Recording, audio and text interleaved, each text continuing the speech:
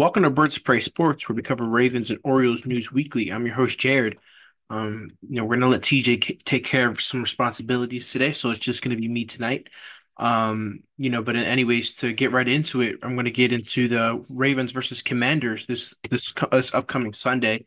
Um, should be a hell of a matchup, with how the Ravens played the Bengals last week. I wouldn't be surprised if it was something similar. And I also wouldn't be surprised if it was something like the Lions game last year, where it was hyped up. We've got a good Fox crew. We got the Jim Nance, Tony Romo duo tomorrow. It's going to probably be one of the more national televised games. I mean, it's not going to be national TV, but it's probably going to be broadcast throughout the country, since it is going to be their best crew.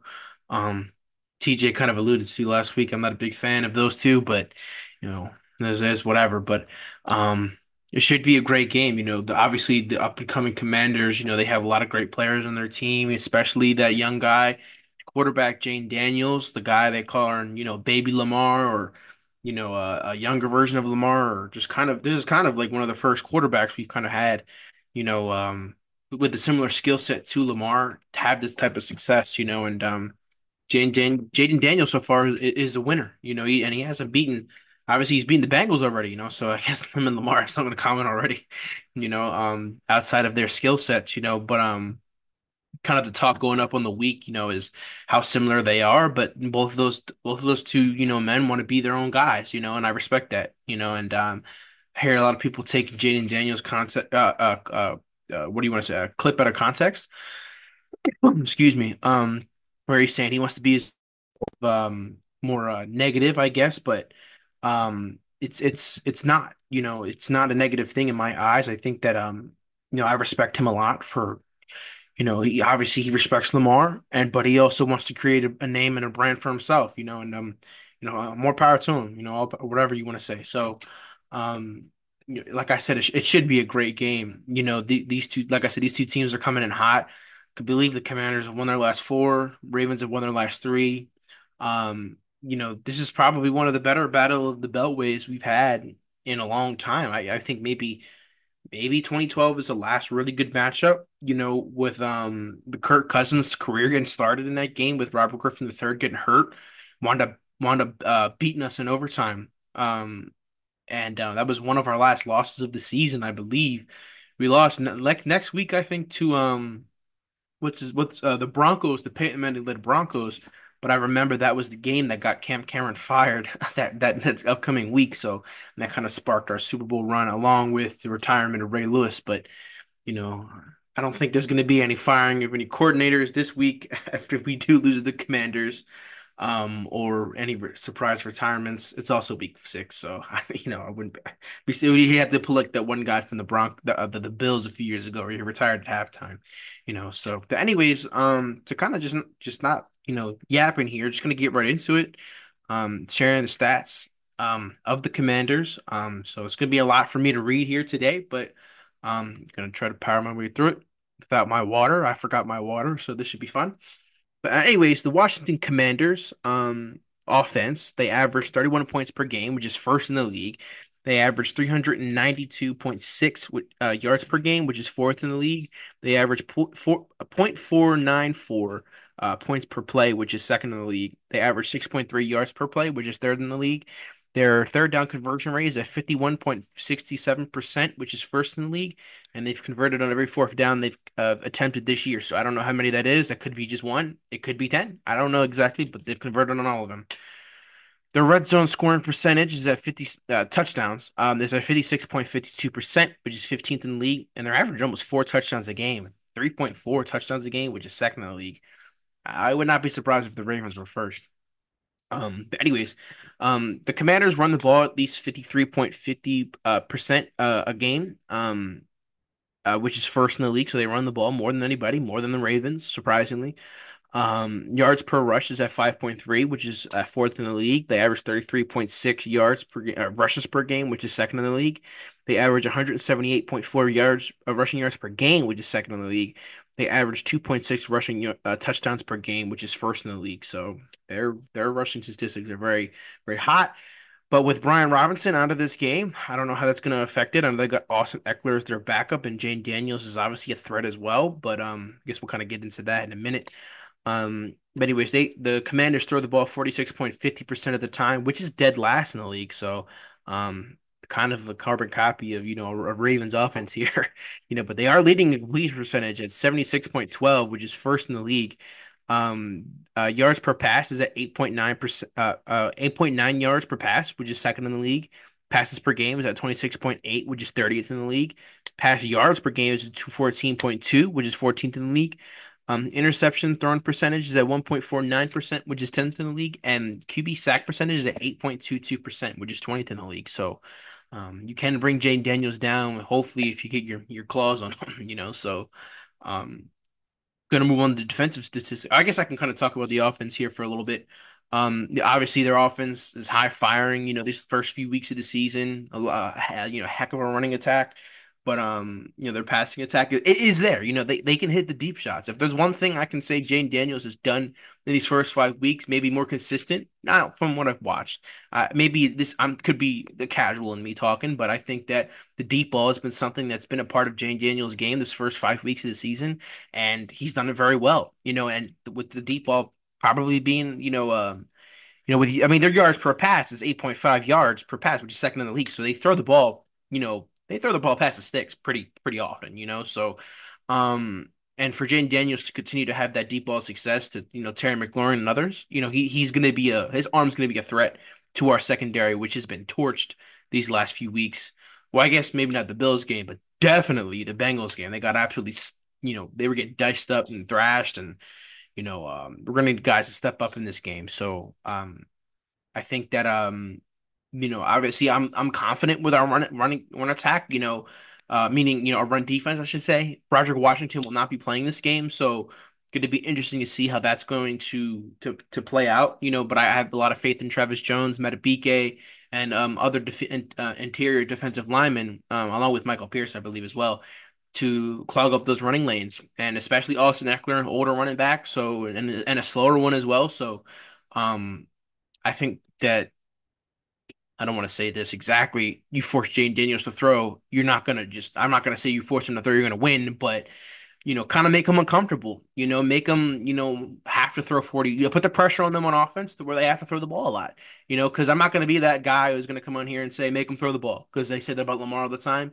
And when he does, he usually has success. So, it's not saying Daniels can't throw, but with how little they throw the ball, they're 30th in passes per game, and they're, percentage wise, how many times they do throw it is last in the league. So make them be one dimensional, make them be uncomfortable, but that's gonna have to be a lot of work for the secondary is, Marcus Williams, Eddie Jackson, Marlon Humphrey, Kyle Hamilton, Brandon Stevens especially. I can imagine them picking on Brandon Stevens all game. They've been picking on Brandon Stevens all year. I can imagine them doing it in this game too. So to Brandon Stevens, turn your head around for once, man. Please. And Nate Wiggins as well as somebody they could also, pick on. I don't know who's going to be on who, but I can imagine Brandon Stevens is going to be picked on in this game. So, but anyways, I'm going to move on to the defensive statistics now. Opponent points per game is at 23, which is 19th in the league. Opponent yards per game is at 328, which is 13th in the league. Opponent points per play is 0.398, which is 20th in the league.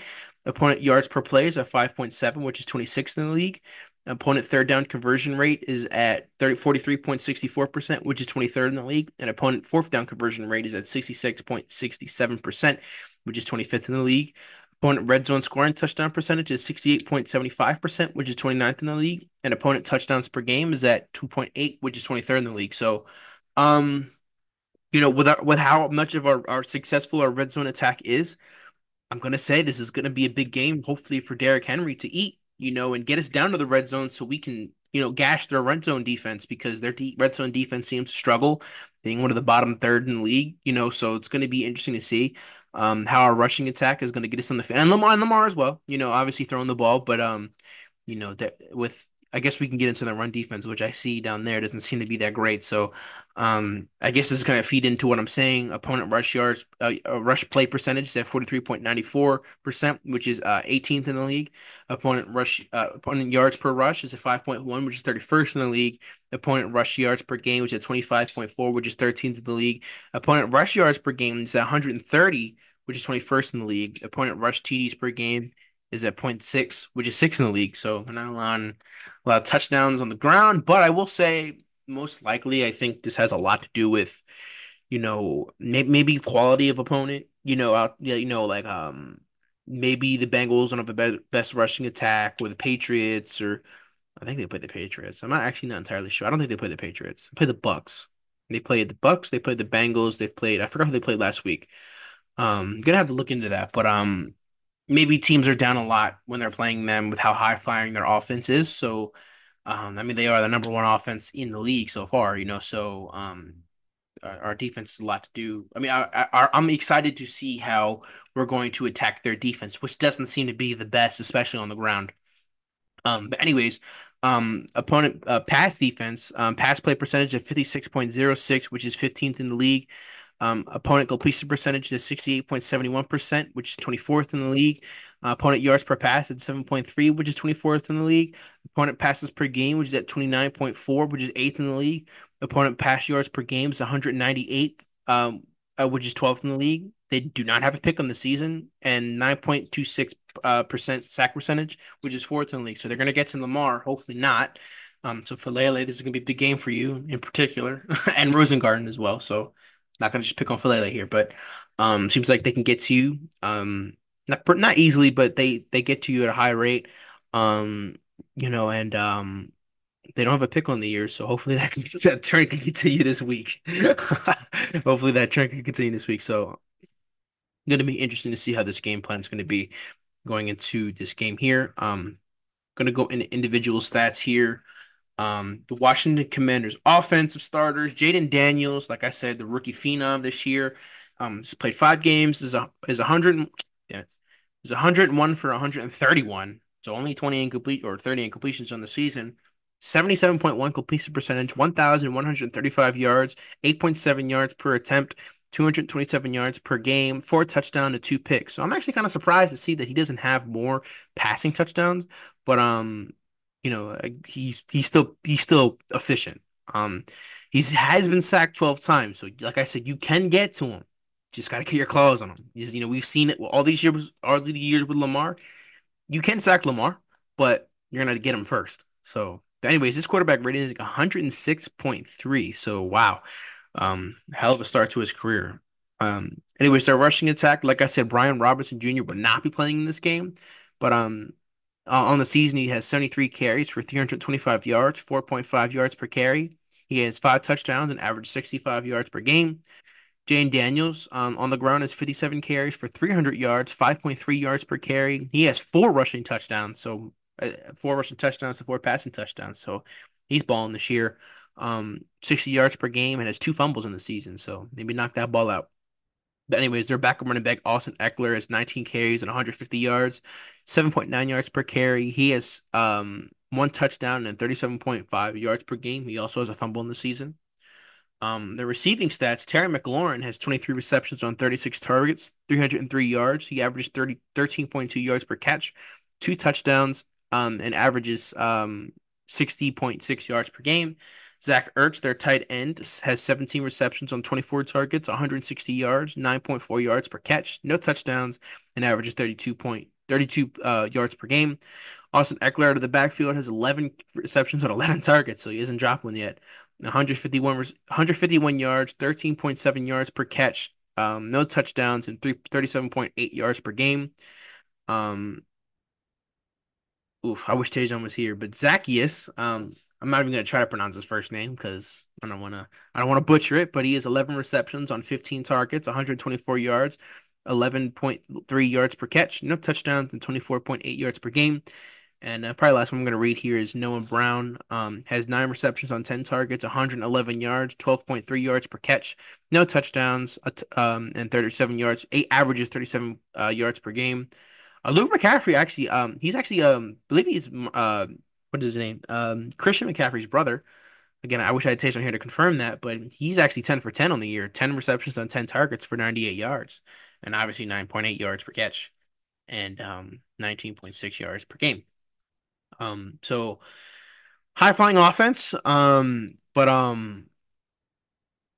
Yeah, our defense is gonna have a lot on their plate this week. So very interested to see how they're going to take this. But anyways, the Commanders' leading tacklers, Bobby Wagner, has 44. Frankie Louvu, I believe that is his name, has 37. Quan Martin has 26. Benjamin I almost said Saint Justice. I forgot. I don't know how to pronounce. They got a lot of guys' names I can't pronounce. I wish Tejan was here. He could pronounce all these names, but he has 26 total tackles. Jeremy Chin has 23.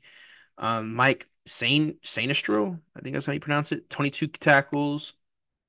And oh my God, this would be a comment of errors if I try to pronounce this guy's names. But Noah has 16.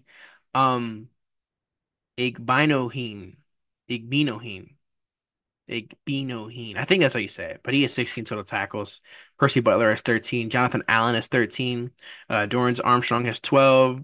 Jamin Davis has 12. And Jassy Jerson Newton. I think he was Illinois. I think he's a rookie. Someone I was interested in coming out of the draft, but I knew we probably couldn't get him. He has 8 total tackles.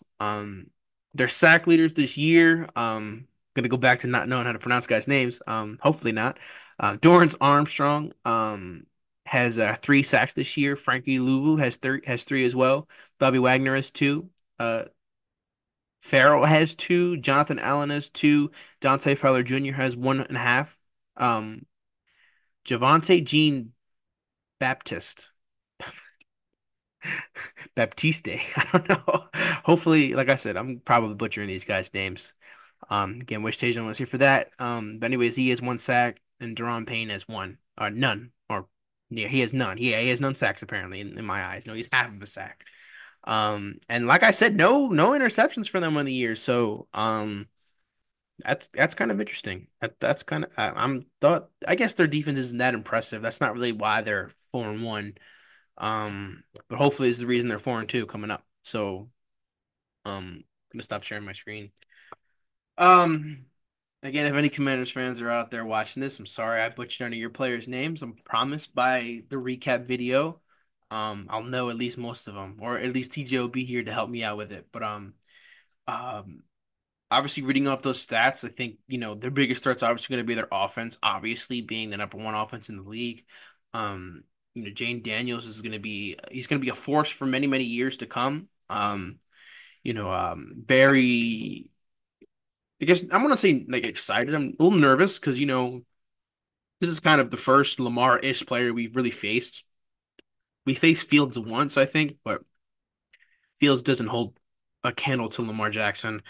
Um, but something I wanted to touch on. I wish TJ was here so we could have a conversation about this, but you know, people claiming, especially Commanders fans. I would say most Commanders fans have been pretty decent this week, but the very few that are saying Lamar is a poor man's Jane Daniels, and ESPN's Ryan Clark saying that Jane Daniels is a better passer than Lamar already through these first 5 games.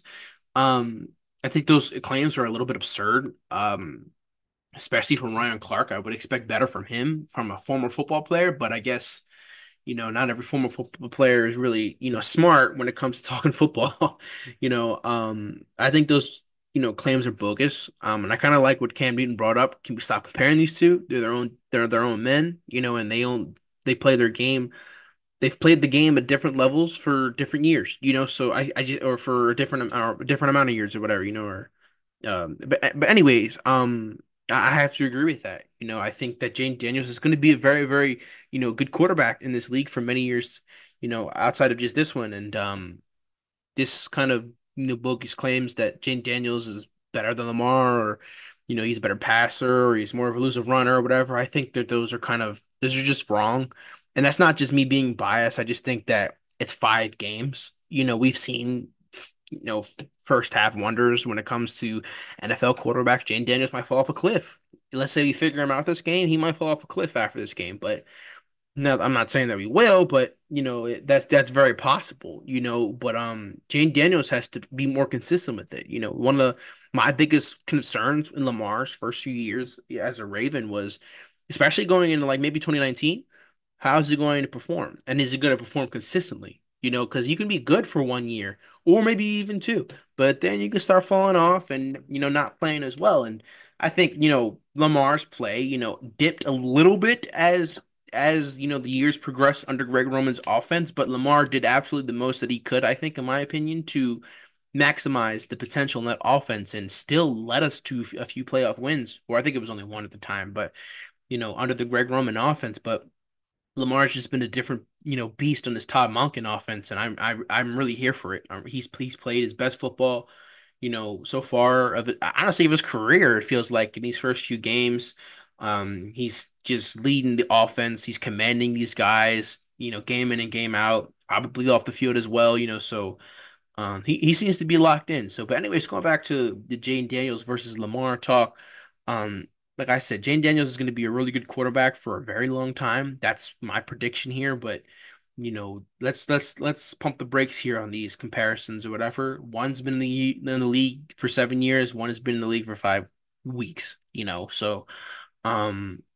But nothing to take away from Jane. And I'm not saying that he can't become a better passer than Lamar. That's very possible that that could happen. I think that Jaden Daniels' ceiling is through the roof. He was one of my favorite quarterbacks coming out of college, so and I thought that maybe he'd probably be the best one coming out of college. Maybe I didn't say that on here, but to TJ definitely. I was like big fan of Jaden Daniels. I think he's going to do really good in the league, so I'm happy for his success. Just hope it's not continuing this week. So to give a score prediction,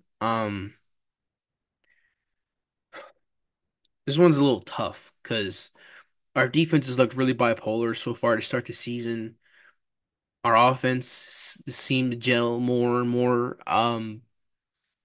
But I think that the Ravens are going to win this game, but they're going to win it 30-27. I think the defense is going to struggle a little bit, but start to find their footing towards the end of the game. And I think the offense is just going to have maybe that one last drive where Justin Tucker hits a game-winning field goal, and the Ravens win 30-27. So that's my prediction. I could imagine TJ would say the Ravens would win as well. I don't know what his score would prediction would be, but um these are decided games where the Ravens can surprise you and blow a team out, but believe they've only lost to a rookie quarterback twice ever under the John Harbaugh era. So but Jane Daniels is no ordinary rookie in my opinion, so but that'll probably be all in this video. Like I said, I think the Ravens are gonna win 30-27, and I think there's gonna be a Justin Tucker game-winning kick. So hopefully we're not coming on here and saying, "Oh my God, Lamar Jackson went off for all this because we were down by 10 three different times and we had to come back and we almost lost it, but we won it." Like, because those type of wins, while they're exciting, they almost leave a bad taste in your mouth and kind of make you want to pass out. So hopefully this is a more, I mean, I know I did say we are only winning by three, but I don't know. I don't think it's going to be this. We have to come back 9,000 different times. So I think the Ravens will probably have their foot on the gas pedal most of the game and command it as well. So no pun intended. So, but anyways, that'll be my recap or pre-game for the Ravens versus Commanders. Um, don't forget to like, subscribe, and share. All of our social media links will be down in the description below. And tell us what you think. What do you think the score is going to be? Do you think the Ravens are going to pull it off, or do you think the Ravens are going to be upset in their home, tomorrow? So, going to be interesting to see. So, also don't forget to check out our second channel, Casual Cinema. Our Deadpool and Wolverine review is up, and debating whether I want to film a Transformers One review. Me and my mom saw that, but TJ didn't, so maybe I'll just put that up myself. But I'll have to think about that. Maybe he'll go see it, so maybe we can review it together. But anyways, we're Birds of Prey Sports, or I'm Birds of Prey Sports, or whatever you want to say, and we're out.